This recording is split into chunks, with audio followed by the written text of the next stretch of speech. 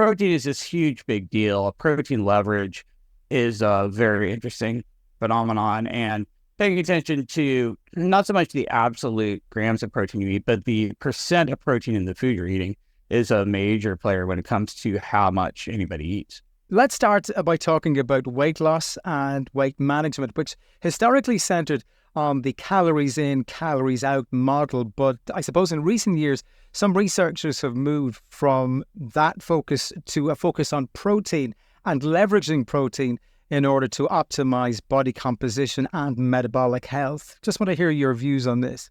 Oh, sure. Well, I would still say that calories are probably paramount to weight loss or weight gain. But I've been very, very interested for the past decade or so in the works of Drs. Raubenheimer and Simpson, these researchers from Australia who are famous now for discovering protein leverage, a phenomenon that's seen in pretty much all animal species. These guys have studied this from insects all the way up to humans. And the bottom line is that most animals eat until they get adequate protein. Protein tends to be the smallest of the three macronutrients in terms of the proportion of our diet. Most people in the U.S. are around 14% of their calories from protein. And so it's a minor contributor to overall calories. And it was basically ignored for decades in the obesity epidemic because everyone ate so many carbs and so much fat and such a little amount of protein. But as it turns out, protein is so critical because it's such a small component, and it gives it this huge leverage over how much people eat. So it turns out that you can feed higher and higher protein percent of calorie food to most animals, and they will just eat less and less calories as the percent of protein goes up because they're achieving protein satiety at a lower caloric intake. So protein is this huge big deal. Protein leverage is a very interesting phenomenon, and paying attention to not so much the absolute grams of protein you eat, but the percent of protein in the food you're eating is a major player when it comes to how much anybody eats. I spoke with Dr. Dr Naiman only the other day, and he was saying that really across the board, we're not ingesting enough protein at all. I know you're talking about leveraging our ratios, but would you agree that we're simply not consuming enough protein? Everyone's eating enough protein to be alive, by definition. And that's the whole point. You're going to eat enough protein to be alive. Now, the question is, how many calories did you have to eat to get that protein if you're in a protein dilute food environment? If all you've got is junk food, you might have to eat hundreds or thousands of extra calories just to get enough protein to be alive.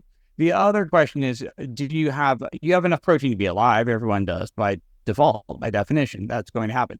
But do you have enough protein for optimal body composition? Your whole goal in life for metabolic health, function, looking good, feeling good, performing well, is to have as much muscle as possible with a less body fat. And the way you accomplish that is by prioritizing protein over non-protein energy. Basically, carbs and fats are there to support your energy needs, aka fat stores. And protein is there to support your lean mass because most of our lean mass is comprised of protein. So everyone's eating enough protein to be alive, but are they eating a high enough protein percentage to avoid overeating hundreds of calories? And are they getting enough protein to optimize muscle building and muscle preservation and having a higher ratio of lean mass to fat mass? I'm going to say no, they aren't in general. And this ratio that you're mentioning, will it differ from person to person? I think it will. So someone who's very thin and healthy and young and has lots of anabolic hormones, if you're a 20-year-old male who's a bodybuilder and you have tons of testosterone and really good metabolic health, you might actually not need more protein than someone who is overfat, insulin resistant, metabolic syndrome, actually breaking down more protein for glucose production. Someone who is lacking metabolic health that someone who's lean and active has might actually need a little bit more protein. The sad part is that in order to get the protein they need, they are overeating even more calories if they're in a protein dilute environment, and then their obesity problem gets worse, and it's sort of a downward spiral. What tools exist then to help somebody arrive at that correct macronutrient ratio such that they're getting sufficient protein in the first place? Unfortunately, you have to at least for some period of time, pay attention to what you're eating. Maybe track your macros, look at nutrition labels, and figure out, okay, how many grams of protein am I actually eating? And you're, shocked and appalled when you find that your breakfast cereal has just, horrible protein percentage, very low protein, both absolute protein and protein percent calories.